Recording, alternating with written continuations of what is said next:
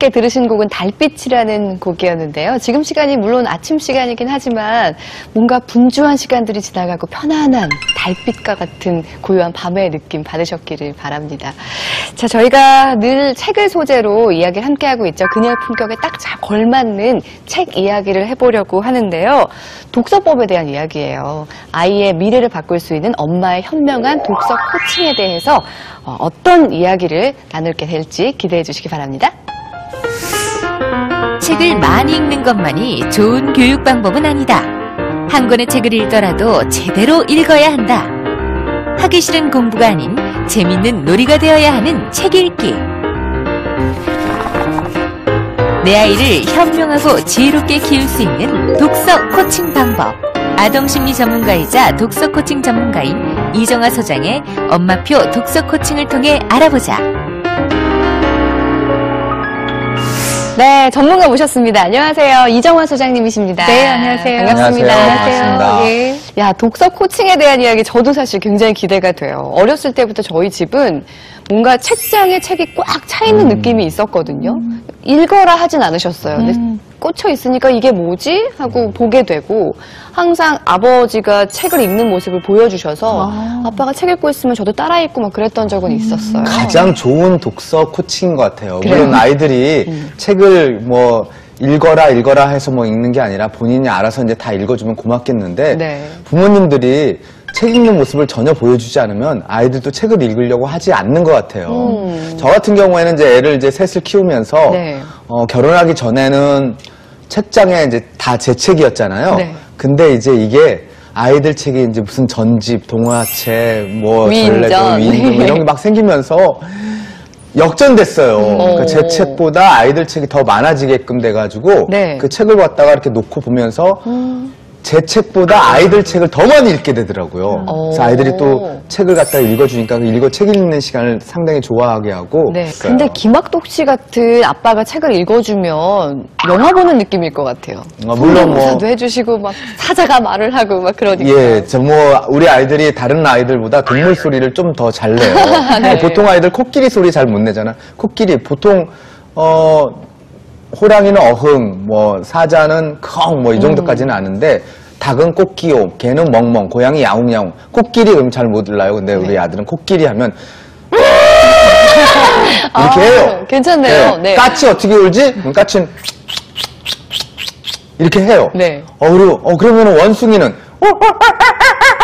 이런 것들을 하더라고요. 그래서 내가 이렇게 적극적으로 아이들에게 표현을 잘 해주니까 그게 아이들 머릿속에는 바로 입력이 되는구나. 네. 이게 직접 친절하게 자상하게 잘 읽어주는 아빠가 있으면 참 좋은데 사실 대부분은 그러질 못하시니까 코치를 잘해주는 게 중요하잖아요. 그렇죠. 네. 두 분 말씀을 들어보니까 아주 독서의 중요한 두 가지 요소는 되게 갖추고 계신 거예요. 그래요. 이제 책을 이제 친화력 있게 다가가는 그런 환경을 만들어 주시고, 두 번째 강요하지 않는 거. 책 읽으라고 하지 않는 거. 우리도 놀이라고 생각하면 너무 신나지만 노동이라고 생각하면 그때부터 하기 싫어지잖아요. 근데 대단히 좋은. 그러니까 습관을 들이는 게 굉장히 중요한데 선생님 말씀하신 것처럼 늘 책장이 옆에 있고 부모님이 책을 읽는 모습이고 하면 아이들도 자연스럽게 책을 읽는 분위기에서 읽게 되는 거죠. 그런데 엄마가 여기부터 여기까지 읽어야 돼 하고 강요하는 순간 그건 숙제가 되고 노동이 된다. 네. 그러니까 엄마의 관점을 아이 중심으로 바꿔야 된다. 네, 이런 네, 말씀이시죠. 지희야, 공부해야지. 싫어요. 너 공부 안 하고 지금 며칠째 지금 이러고 있는 거야. 지희야, 공부해. 공부 좀 해라. 이런 그러면 얘기하면은 공부도 싫어지고 엄마도 싫어지는 거죠. 그러니까요. 강요하면 안 된다. 그러기 위해서는 이제 책하고 가까워지게 해서 네. 정말 이지 아나운서처럼 스스로 네. 책과 친해서 공부를 많이 할 수 있는 그런 성인으로 성장이 돼야 할 텐데 그러기 위해서는 코치가 필요하다는 얘기인 그렇죠. 거죠. 아니, 보다 중요한 거는 뭐냐면, 물론 내가 책을 이렇게 접하고 그것을 이제 얼마나 즐기느냐, 이게 되게 중요한데요. 사실은 스마트폰을 아이들이 왜 좋아하죠? 재밌잖아요. 그리고 엄청난 자극이 있죠. 네. 그리고 해보셨는지 모르겠지만 그 게임은요, 칭찬도 되게 잘해줘요. 조금 잘하면, 훌륭하군요. 막 이러면서 그렇죠. 그 리액션도 점수 주고. 대단히 많이 와요. 근데 책은 혼자 읽어야 되잖아요. 그리고 책이라는 건 원래 자신의 지식과 경험만큼만 읽혀지는 게 책이에요. 일테면 김학도 씨께서 어떤 연극, 영화 부분에 되게 관심이 있다. 그럼 그 책을 읽었을 땐 90% 이상 이해가 전공서적이면 이해가 되시죠. 그런데 뭐 살림의 기술 뭐 이런 걸 읽으면 재미도 별로 없고 아, 재밌어요. 좀 사연 많이 해서. 와닿지 않으시잖아요. 그런 것처럼 자신의 지식과 경험만큼 읽혀지는 게 책인데 네. 우리 아이들의 경우에는 사실은 많은 지식과 많은 경험이 축적되어 있는 상태는 아니에요. 깨끗한 상태 어찌 보면. 그렇죠. 근데 그것을 자극받을 수 있는 가장 포인트가 뭐냐면 상호작용이라는 거죠. 그러니까 이전에 우리 부모님들은 책과 가까이 할 수 있는 환경은 해주셨지만 함께 책을 읽어주는 일은 별로 하지 않으셨어요. 네. 근데 이제 아이들이 그 전반적으로 이 책에서 정말 자기의 삶의 지혜나 기술까지 얻으려면 상호작용을 많이 하는 독서를 해야 된다는 거죠. 왜냐하면 하나의 관점이 아니라 정말 여러 개의 관점으로 또 새로운 대안들을 창출하면서 아, 책 한 권을 읽으면 내가 이런 것도 느낄 수 있고 배우기도 했지만 나라면 만약 나라면 난 이렇게도 해볼 수 있고 또 이 저자는 이렇게 했지만 난 이런 식으로 한번 이 책을 써볼 거야 라는 자기만의 생각, 자기만의 대안, 자기만의 창조적 방법들을 발견해낼 수 있는 게 전체적인 독서 활동의 흐름으로 네. 바뀌어야 한다는 저 같은 경우에도 네. 그런 경우들이 참 많이 있었어요. 아이들이 이제 무슨 질문을 하면은 어려운 질문들을 해요. 대답하기 곤란하고 아니면 내가 찾아봐야지 알 수 있는 것들. 그러면은 선생님한테 그거 가서 물어봐봐. 아빠는 도저히 모르겠다. 그거 네가 물어봐서 알아가지고 아빠한테 가르쳐주라. 그럼 내일 칭찬 스티커 하나 줄게. 오. 그러면은 걔가 가서 선생님한테 질문을 하고 아니면 뭐 지가 책을 이렇게 아직은 책은 못 읽으니까는 네. 질문하고 난 다음에 아빠 모르지? 내가 가르쳐줄게. 그러면서 가르쳐준다고요. 그래요. 그래서 그런 방법들이 모르면 모른다고 몰라서 이제 창피하다고 얘기하는 것보다는 모르면 모른다고 아이한테 얘기를 하고 솔직해지는 게 저는 좋다고 생각해요. 그러게요. 아이에게도 내가 모르는 게 부끄러운 일이 아니라는 거를 깨닫게 되는 좋은 맞아요. 방법인 것 같기도 하고. 아버지가 슬프면은 눈물을 흘릴 수도 있는 거예요. 그렇죠. 그러니까 아빠는 왜 울어? 너무 슬프잖아. 이런 상황이 너무 슬퍼가지고 눈물이 나는 거야. 그래서 이런 경우에는 어떻게 했으면 좋겠다라는 그런 얘기까지 해주면은 아이들이 아 눈물의 의미, 아빠도 간혹 눈물을 흘리는구나 이렇게 또 받아들이고 그러더라고요. 야, 김학도 씨가 굉장히 좋은 아빠시네요. 그러네요. 네. 그러니까 엄마가 아빠가 체험하지 못한 세상들도 책에서는 체험을 할 수 있다. 체험 독서법도 굉장히 중요하잖아요. 아, 그렇죠. 그러니까 어쨌든 그것이 나한테 대단히 정서적으로 확실하게 각인이 되고 그것이 실천화되려면 이렇게 체험이 되어야 되는데 네. 그 체험이 꼭 무슨 미술 활동을 한다든지 뭐 어디 견학을 간다든지 이런 게 아니고요. 책을 마치 영상을 보듯이 그러니까 지금 김학도 씨께서 계속 사례를 말씀해 주시는데 대단히 좋은 게 뭐냐면 정서적으로 그러니까 책 안에는 되게 평면적이어서 거기에서 느껴지는 거 그러니까 단순한 어떤 감정 이런 건데 사실은 모든 책을 입체적으로 볼 수 있잖아요. 감각에서부터 시작해서. 그러니까 여러 가지 방법이 있지만 감각 체험법을 하나 말씀드리면 네. 이를테면 우리가 이제 오감을 통해서 책을 읽잖아요. 시각, 청각, 체각. 근데 시각적인 것에서 그냥 보여지는 텍스트 말고 보이지 않는 텍스트도 볼 수 있어요. 예를 들어서 강아지가 웅덩이에 빠졌어요. 얘는 무슨 상상을 지금 하고 있을까? 그래서 상상 주머니를 거기에 그려보기도 하고, 야, 여기 웅덩이는 무슨 색깔일까? 뭐, 혹시 보여지는 건 없나?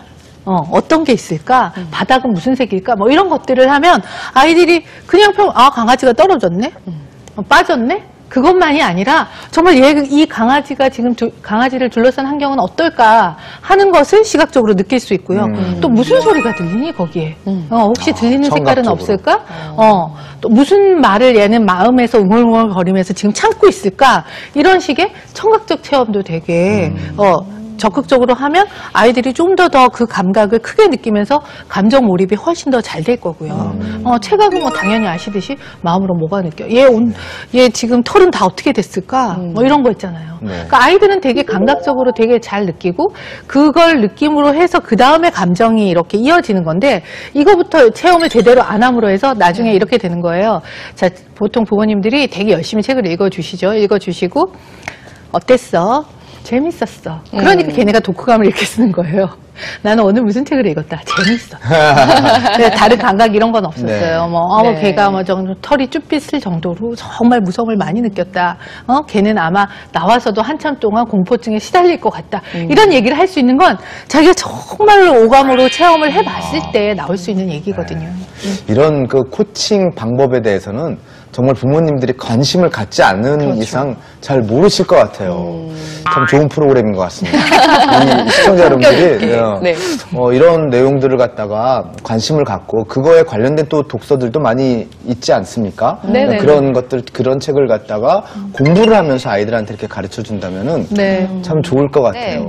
부모님이 절대 하지 말아야 될 행동들도 있을 것 같거든요. 네. 어떤 것들을 조심하면 될까요? 일단 책은 가르치는 수단이다. 이렇게 생각하시잖아요. 네. 그렇게 되면 아이들이 책을 읽어도 책은 책, 나는 나예요. 책을 읽어도 변화하지 않아요. 네. 자꾸 가르쳐서 어떤 교훈을 주려고 하거나 또는 지식을 주려고 하거나 이제 이렇게 되면 그게 공부가 돼버리는 거거든요. 그래서 책은 항상 즐겨야 독서량이 늘어나고 그 다음에 독서력이 늘어나요. 그래서 번개맨을 좋아하는 아이는요, 사실 마음속에 그 무슨 책을 읽어도요, 다 번개맨이 등장해요.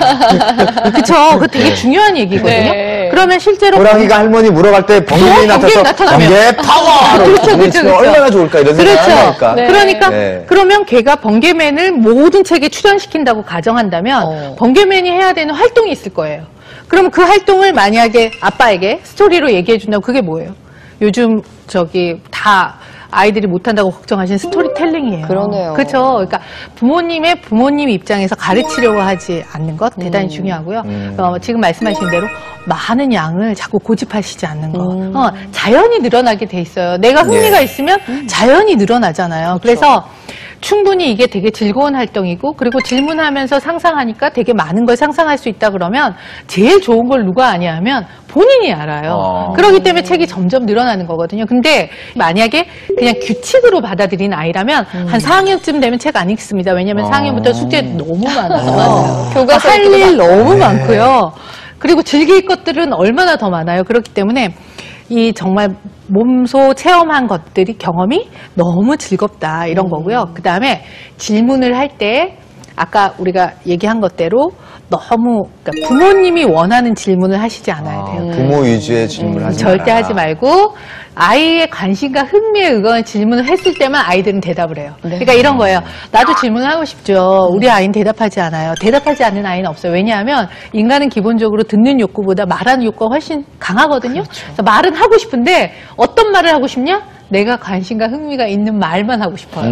그러니까 질문도 그 아이의 관심과 흥미. 자, 번개맨이 어땠을 것 같아? 이건 답을 하는데, 이를테면, 자, 호랑이는 어떻게 되어야 될까? 예를 들어서 관심이 없는 그런 얘기를 한다면 그 아이는 관심이 없어서 무시하고 그 질문에 대해서 대답하지 않을 거예요. 그렇기 때문에 질문을 할 때도 항상 아이의 관심과 흥미를 수용하는 그 전제 아래서 질문을 하라는 거. 이 세 가지 정도를 지켜주시면 좋을 것 같아요. 네. 많이 읽으라고 하지 말고. 네. 네. 아이들이 진짜 많이 읽었으면 좋겠어요. 네. 놀았으면 책 좀 읽었으면 좋겠고. 그렇죠. 그리고 잠자기 전에 읽었으면 좋겠고, 자고 일어나서 제일 먼저 책을 빼서 책을 읽는 모습을 아이들이 보여주면 얼마나 좋을까. 그렇죠. 이건 부모의 욕심인 것 같아요. 이게 하기 힘든 거고.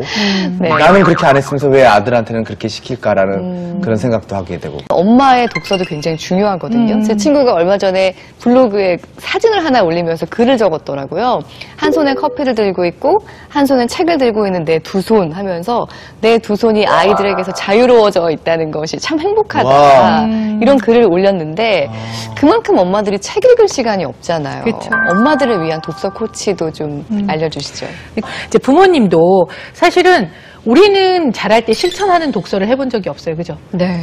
그런데 이제 부모님들이 자기 성찰을 되게 많이 해야 사실은 부모 역할도 더 잘할 수 있기 때문에 한 권의 책을 읽더라도 그것을 내가 적극적으로 어떻게 활용할 것인가. 근데 네. 단순히, 이거 느꼈어. 활용해. 그러면 한 3일이면?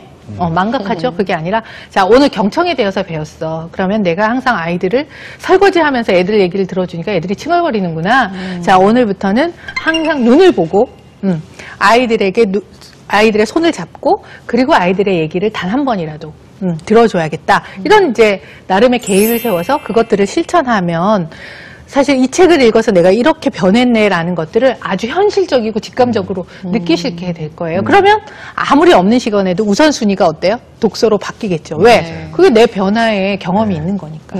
아니 오늘 책에 대한 이야기 쭉 듣다 보니까 책 속에서 얻는 것도 많고 그러니까 책을 읽는 방법에서도 얻는 게 참 많구나라는 생각이 드는데 뭐 아이들을 비롯해서 성인들까지 평생 책을 읽는 게 습관이 될 수 있을 만큼 우리가 지켜야 할 어떤 규칙들이 있을 것 같아요. 근데 제일 첫 번째는 즐기는 습관. 그건 누구나 알 것 같아요. 네. 즐기는 게 최고인 것 같아요. 그렇죠. 근데 그 책을 이제 제대로 즐기는 거는 우리가 앞서서 얘기했던 여러 가지 재미있는 방법으로 다양한 거, 독서 활동을 좀 관점을 바꾸어서 대단히 광범위한 활동이 독서 활동이다 이런 것들을 좀 알면서 이제 즐겨보면 참 좋을 것 같고요. 두 번째, 생각하면서 질문하는 습관. 그 질문을 안 해요, 책을 읽으면서. 그냥 이거네? 하고 그냥 그걸 느끼기만 하지 질문을 하지 않아요. 우리나라가 다른 나라에 비해서 제일 그 학교 환경에서 제일 잘하지 못하는 게 바로 질문하는 거래요. 너의 의견은 무엇이니 이런 거. 그래서 책을 읽으면서도 계속 자기의 사색을 함께 적을 수 있고 질문을 계속 해나갈 수 있는 그런 습관이 정말 책을 더 풍요롭고 확장해서 읽을 수 있는 가장 좋은 방법이고 아이들이 꼭 가져야 되는 습관이라고 생각이 들고요. 네. 세 번째는 적용하는 습관. 적용. 읽었으면 적용해야죠. 네. 뭐 시크릿이라는 긍정심리학에 대해서 읽었으면 네. 그 사람이 긍정적이 돼야 되는데 읽긴 읽었고 계속 부정적인 말을 내뱉는다면 읽을 필요가 없는 거잖아요. 네. 그래서 항상 생활에 적용하는 습관이 필요할 거고 그다음 가장 중요한 건 창조하는 습관. 내 것으로. 이런 걸 배웠고 적용했어. 그거보다 더 중요한 건 내 방식으로 또 내 생활에서 가장 중요한 것으로 그것을 탈바꿈해서 정말 나만의 대안으로 살아보는 것. 야, 오늘 배부르네요.